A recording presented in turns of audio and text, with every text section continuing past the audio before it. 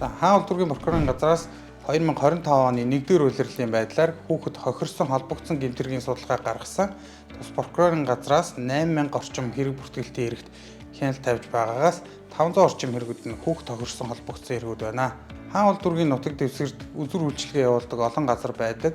Зөвхөн насан туршидтээс гадна өсвөр насны хүүхдүүд тухайн газруудаар үйлчлүүлдэг.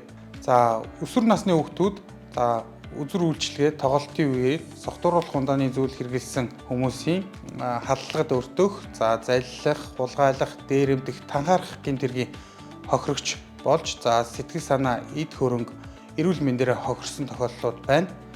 Иймд эцэг эхчүүд та бүхэн хүүхдийнхээ аюулгүй байдалд анхаарч хараа айлтаа сайжруулах.